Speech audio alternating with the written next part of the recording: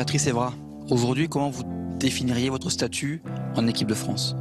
J'ai pas de statut. Je suis un joueur de l'équipe de France. Que j'ai ce brassard autour du bras ou que je l'ai pas, je ferai mon rôle de capitaine parce que je suis comme ça. J'aime aider les autres, j'aime aller vers les autres, j'aime motiver les autres.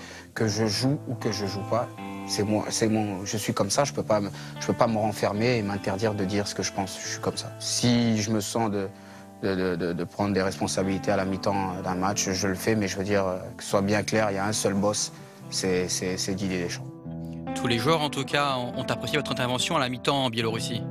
Ouais, non, bah c'est gentil, mais qu'ils fassent attention, parce qu'après, ça peut se retourner contre eux ou contre moi. Vous savez, quand on parle d'Evra, j'aurais aimé même que ça reste dans le vestiaire. Pourquoi vous dites quand on parle d'Evra? Parce que c'est toujours comme ça, avec certains médias. Tu peux nous en dire un petit peu plus? C'est pas que j'ai envie d'en dire plus, c'est que... je pense que quand... des personnes... Enfin, c'est pas des personnes, c'est quelques commentateurs que je réglerai bientôt leur compte, qui disent du mal à Evra, parce que le peuple français, que ce soit quand je sors, je me suis jamais fait siffler depuis la Coupe du Monde dans aucun stade. Mais ils veulent mentir aux gens, en fait, ils veulent mentir aux Français, comme quoi Evra est le mal-aimé, mais pas du tout. Vous comprenez que cette image qu'on parle de vous, de quelqu'un d'arrogant parfois? Mais ça, c'est n'importe quoi, mais c'est pas vrai en plus. C'est pas vrai. Le pire, c'est que c'est pas vrai, c'est ça qui... Les gens qui vous connaissent, non, savent comment vous êtes. Oui, c'est ça le problème. Mais c'est même pas les... Faut pas dire les gens qui me connaissent. Parce que même les gens, quand je les rencontre dans la rue, ils sont super aimables avec moi. J'ai des problèmes avec personne. Il y a certains commentateurs, bah, voilà, ils voulaient me faire parler, mais je vais parler. C'est les retours que j'ai. Moi, je sais pas. On m'a dit, il y a comment il s'appelle, Michel Fernandel. Alors lui, en 2008, je lui ai fait... Non, mais il faut pas couper le montage. En 2008, je lui ai fait visiter Old Trafford. Il était comme un Euro Disney. Luis Fernandez. Ouais, Luis Fernandez, c'est pareil. Il était comme un Euro Disney. Lui, quand on lui a donné les clés du Paris Saint-Germain, à part sucer des supachoups et danser la Macarena au bord du terrain, je sais pas ce qu'il a fait. Après, il y a Lizarazu. Je sais pas ce qu'il a contre moi. Moi, j'ai été élu depuis ma carrière 2 fois meilleur arrière-gauche du monde, 4 fois meilleur arrière-gauche de la première ligue. Lui, je sais même pas s'il a déjà été élu meilleur arrière-gauche du monde. Après, il a ses raisons. Lui, c'est le seul joueur, ma première sélection quand je suis arrivé en équipe de France, qui m'a pas serré la main. Ils m'ont tous serré la main à part lui. Et je me souviens parce que Thierry Henry était avec moi et il lui avait dit « Oh, Lisa, elle est là, la relève ». Et il avait regardé, il avait dit « Pourquoi on t'a dit que j'étais déjà à la retraite ?» Énervé. Donc lui, il m'a jamais serré la main, mais c'est comme ça. Après, il y a le... Comment il s'appelle? C'est Ménez ou Ménès avec un S? Ouais, bon, bref. Lui, j'ai pas envie de lui donner de l'importance, mais j'espère un jour que je le croiserai. Parce que lui, je pense qu'il a parlé de ma famille. On m'a dit un jour qu'il a dit, soi-disant, Evra serait prêt à vendre sa mère pour revenir en équipe de France. Donc lui, j'espère le croiser. Malouda l'a déjà croisé. Si les gens font bien attention, vous voyez bien qu'il ne parle plus de Malouda parce que Malouda l'a déjà chopé. Mais moi, j'espère le choper. Parce que lui, le jour qu'il arrivera à faire 8 jongles, j'arrête ma carrière. Lui, le jour qu'il fait ça, j'arrête ma carrière. Bref. Après, il y a qui encore? Et j'en oublie, mais j'ai pas envie de leur donner... Mais Patrice, vous trouvez... J'ai pas envie de leur donner de l'importance. Parce que je réponds quelquefois comme ça. Parce qu'en ce moment, eux, là, même si tu mets Ramayad arrière-gauche, ils vont dire qu'elle est meilleure qu'Evra. Ils sont comme ça, mais qu'ils arrêtent de mentir à la France. Qu'ils arrêtent de mentir à la France. Comment il s'appelle, Tournevis, là, Roland Tournevis, là? Lui aussi, sur RMC, qu'est-ce qu'il... Il fait que de parler. Patrice, est-ce que vous estimez que l'image que vous avez, notamment depuis Naïsna... C'est eux. C'est ces personnes que j'ai citées. C'est pas le peuple français. Moi, après Naïsna, je suis allé manger en plein Paris. Hein. En plein Paris, en plein centre. Hein. Ma propre femme qui m'a dit, mais Patrice, c'est bizarre. J'ai dit, arrêtez de vivre dans ce monde de la presse qui parle. C'est pas le peuple français. Quand je viens en équipe de France, je suis fier de porter ce maillot. J'ai envie de gagner quelque chose avec mon pays. C'est mon objectif. Si je le fais pas, je vais échouer. Là, il y a 2 gros matchs de barrage. C'est des matchs vraiment qui me tiennent à cœur. J'espère être à mon niveau. Mais qu'ils s'arrêtent, ces personnes-là, à dire n'importe quoi. Parce que c'est du grand n'importe quoi. Vous trouvez parfois qu'on va trop loin avec vous?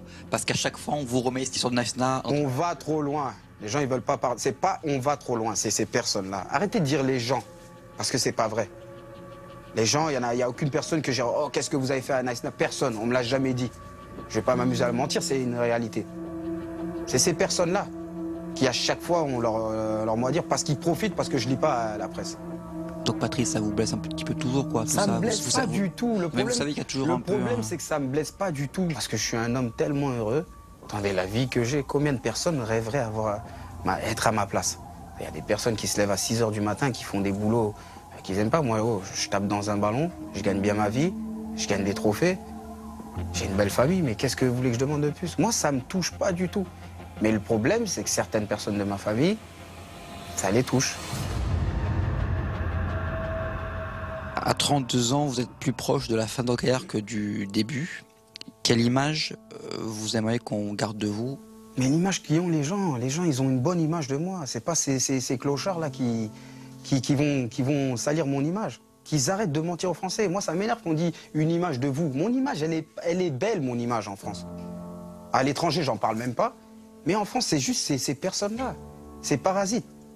Faut arrêter, je vais rien changer. J'ai confiance en mes qualités, mais je suis pas arrogant. Je suis pas arrogant.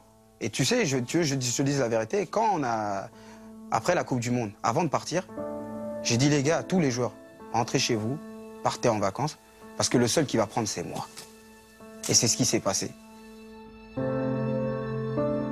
Malgré tout, vous considérez quand même que ne pas descendre d'un bus, c'était pas la meilleure chose à faire? Mais c'est une bêtise qu'on a fait. On a été des enfants. Mais on va en reparler jusqu'à quand? On va en reparler jusqu'à quand de ça? Là, on a les barrages. Concentrons-nous sur les barrages. On a des grands joueurs en équipe de France. Qu'on arrête de parler comme ça dans le vide, à dire un tel, il a fait ça. Oh, c'est bon, c'est fini la Coupe du Monde. Là, c'est un projet, on doit se qualifier justement pour la Coupe du Monde. Donc voilà, qu'ils arrêtent. Vous pensez justement que l'équipe de France va y aller à cette Coupe du Monde? Mais j'en suis confiant. J'en suis confiant, maintenant je peux me tromper. Moi, je suis pas là pour vendre du rêve aux Français. Moi, en tous les cas, je donnerai mon maximum, mais je sais que cette équipe donnera son maximum. Alors évidemment, c'est une interview violente. Bichente, qu'avez-vous à répondre à Patrice Evra? C'est incompréhensible, c'est consternant. En plus, il a insisté pour que cette interview soit diffusée. Et encore, vous avez été gentil parce que vous avez coupé les passages les plus vulgaires. Mais moi, je veux dire, si on était dans une cour d'école, je lui dirais que cette fameuse sélection en équipe de France, j'étais pas là. Parce que j'avais arrêté ma carrière internationale. Je lui dirais aussi que oui, j'ai été élu meilleur arrière gauche du monde. Je lui dirais le palmarès que j'ai eu, même si franchement, je pense pas que ce soit le sujet. Le vrai sujet, c'est l'image de Patrice Evra. Franchement, il dit que c'est notre responsabilité, mais moi, je trouve qu'il se débrouille très bien tout seul. Vraiment très bien tout seul. Après, concernant le timing, c'est nul. Le timing, il est nul. Faire ça maintenant, alors qu'on joue les barrages, on joue la qualification pour la Coupe du Monde, on a Ribéry qui est sur un nuage en ce moment, on a nos avant-centres qui marquent enfin, et lui, il sort cette polémique-là. Franchement, c'est ridicule. Voilà. Et la dernière chose que je voulais ajouter, c'est on l'avait déjà perdu en Afrique du Sud, et là, on l'a encore perdu. Vous voulez parler de Patrice Evra? Oui. Ouais. Vous lui en voulez? Ah non, moi j'ai aucun problème. Moi, j'ai aucun contentieux avec Patrice Evra. C'est lui qui s'est inventé un contentieux.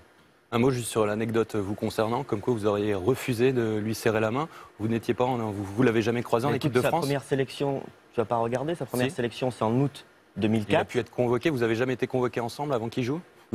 J'ai pas ce souvenir-là. Mais très sincèrement, après avoir vu ce que j'ai vu, j'aurais aimé lui répondre ce que j'ai répondu, soi-disant. J'aurais vraiment aimé.